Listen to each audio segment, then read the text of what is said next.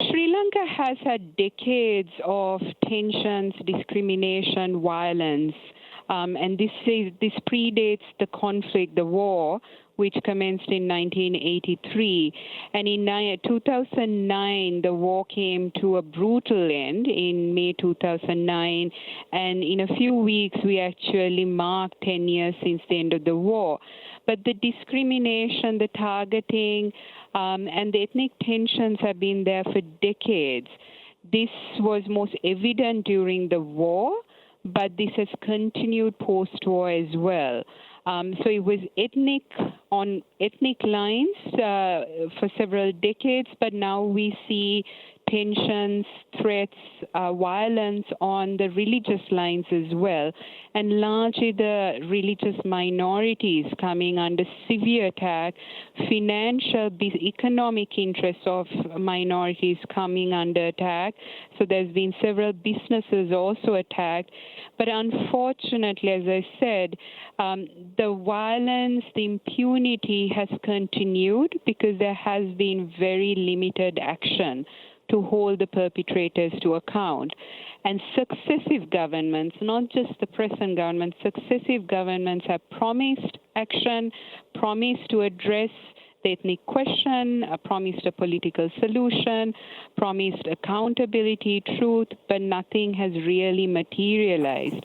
So the more recent spate of attacks and yesterday's and today's incidents really begs the question whether these incidents can be resolved. I feel it's a new stage we're entering because of the nature of the attacks we've seen in the last 36 hours.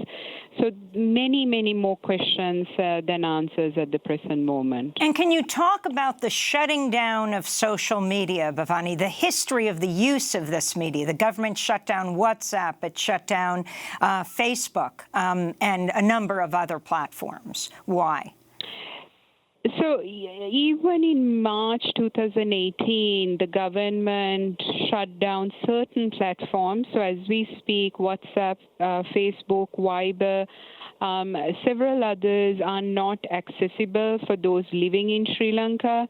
And this we saw in March as well. And the rationale being that they were trying to contain the violence, the misinformation being spread. And this was in 2018, we saw the block on certain social media platforms happening for a couple of days. Now, in Sri Lanka, the violence happened at 8:45 or around that time yesterday morning, Easter Sunday, and the block commenced a few hours later, and it's still ongoing. There's no word as to when this block would be lifted.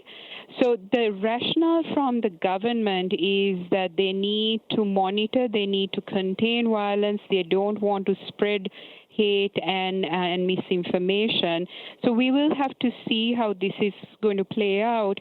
But a worrying announcement today is that the government is going to bring a state of emergency in Sri Lanka. And we have a history of emergency during the war. Even last year, we saw a few days where emergency was imposed. And this could lead to further restrictions in communication, in terms of movement. And again, something we would have to see as to how this plays out.